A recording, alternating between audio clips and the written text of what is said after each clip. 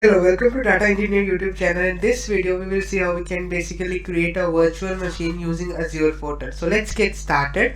So firstly, what you need to do is you need to go to portal.azure.com. You need to have a valid subscription.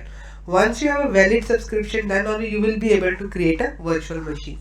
If you want to know how we can create a subscription, you can just simply create an account, and you can if either you can purchase a subscription, or what you can do is you can use a student ID if you're a student, and then you can use a subscription free of cost. You will get a subscription free of cost for 1 year with some credits in it. All right, so now let's focus on how we can create a virtual machine. So what you need to do is you need to go to portal.azure.com. There you need to click on virtual machine and you need to click on create buttons. Once we do that, so it is loading, let it load. Alright, so this is a portal which you will be able to see. Now I have a subscription Azure for Students and I need to select a resource group. Just notice one subscription can have multiple resource groups. In one single resource group there can be multiple resources. By resources I mean it can be a virtual machine, it can be a SQL database, it can be data factory and so on. Now I already have a resource group, so I will select that resource group. So my resource group name is parent RG, parent resource group. So I have already created it. If you don't have a resource group, you can click on create new and you can just name your resource group.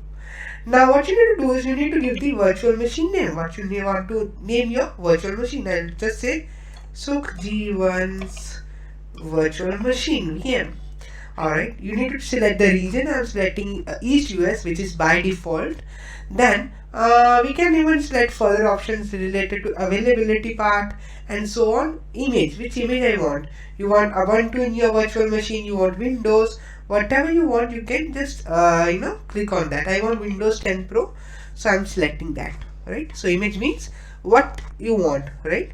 So based on that your pricing will also increase or may decrease, right? If you use a Ubuntu, it may be a bit cheaper and so on. Now which architecture you want? I want a 64-bit architecture. Based on your selected image it will provide you. Just see here already in the image name it is provided that it is 64-bit architecture. That's why it was not giving us an option to click on ARM64, right? Now what we need to do is you can even go for Azure Spot discount. I am not going for it. So now you need to select this size. So just see the size is I am taking 8 GB of memory. So it will just cost me like 5,000 per month. You can even see some more sizes by clicking on see all sizes. There are all different sizes which you can go for. So you can see there are different based on your maximum input output operations, based on your storage. You can definitely select whatever you want, the CPU part, and then we have the RAM and so on. So based on that you can select your machine RAM and your preference, right? So let me just select this only and just click on select button. Now you need to set a username. Okay, so I'm just writing the username as Sukh, and now I need to give a password. Okay, so let me just give a password. I'm just giving some password. Now what I need to do is I need to confirm that same password, so I'll do that. Alright, so I have confirmed that password. Now what you need to do is public inbound ports, you need to allow selected ports or none. So if you click on allow selected ports, you need to select okay by which port you can communicate. So there is port number 80, 443, 22 and 3389. What I will do is I'll say none. Okay, I don't want that, and you need to click on confirm, right? So that I have confirmed that I have I have an eligible Windows 10 or 11 license with multi-tenant hosting rights. Now what we need to do is we need to click on review and create. I'm just clicking on no thanks, so that my password is not saved. Now there are multiple things. Validation is failed because some fields are missing. We have skipped a lot of fields, so let's go back. So I will go to basics once. So let me just check if everything is fine in basics. Yeah, everything is fine. So I'll go to disk. Now what we need to do is there is an option called encryption at host. That means whether encryption should be allowed at host level or not. You want encryption or not, so it's up to you. I'm not taking that.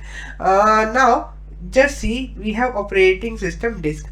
So I have selected my operating system disk. So you can have premium SSD, standard, and then further standard SSD. So based I just want the least one, so I'm just selecting this.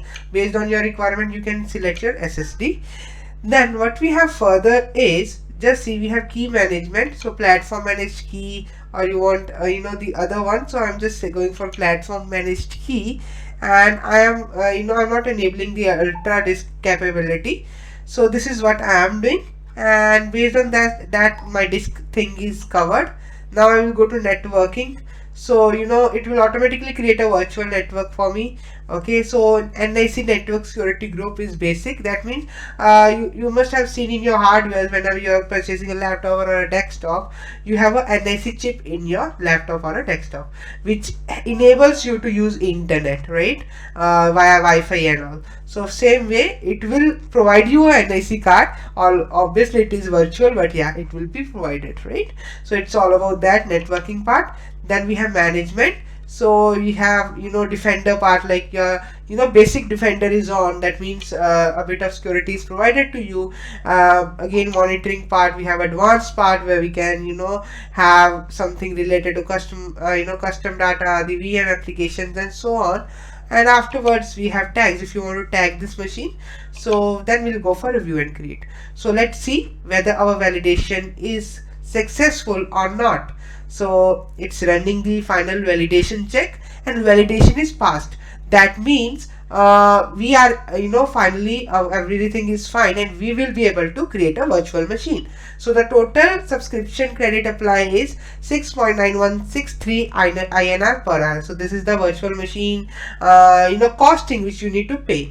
We'll click on create, and once we click on create, your virtual machine will be created. It will take a bit time to create. So you can see at the top right corner, it's showing initializing this thing, and it's submitting the deployment, and automatically slowly it will happen. Alright, so now deployment is in progress, so let's wait for it to deploy.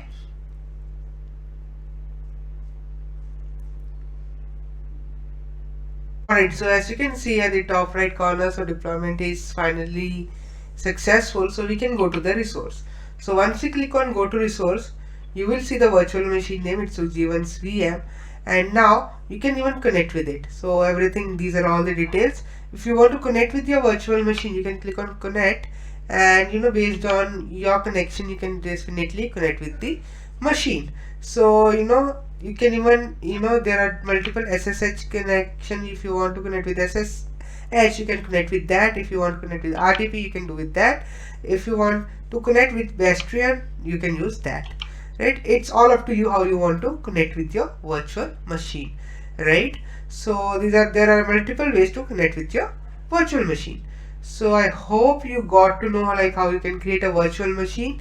If you want to know like how further you connect with it while using SSH or Bastion, you can definitely ping me in the comment box. Thank you.